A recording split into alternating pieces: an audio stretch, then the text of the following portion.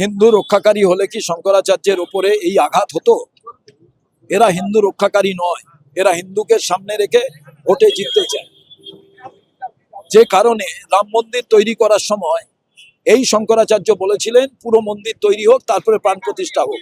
কিন্তু যেহেতু পার্লামেন্টের নির্বাচন ছিল, সেই কারণে এরা তড়িঘড়ি প্রাণ প্রতিষ্ঠা হয়ে গেল, মন্দির সম্পূর্ণ তৈরি হয়নি।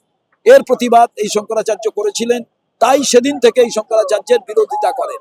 এই শঙ্করাচার্য প্রচুর মন্দির ভাঙা হয়েছিল, তার বিরোধিতা করেছেন। তাই এই শঙ্করাচার্য বলেছেন এরা ঔরঙ্গজেবের বংশধর। আসল কথা, এই যে বিজেপি সরকার, এরা হিন্দু বিরোধী, এরা মেকি হিন্দুত্বের কথা বলে। এই কারণে আমরা পশ্চিমবঙ্গের মানুষকে আবেদন করছি, 2026-এর নির্বাচনে একটি ভোটও বিজেপিকে দেবেন না।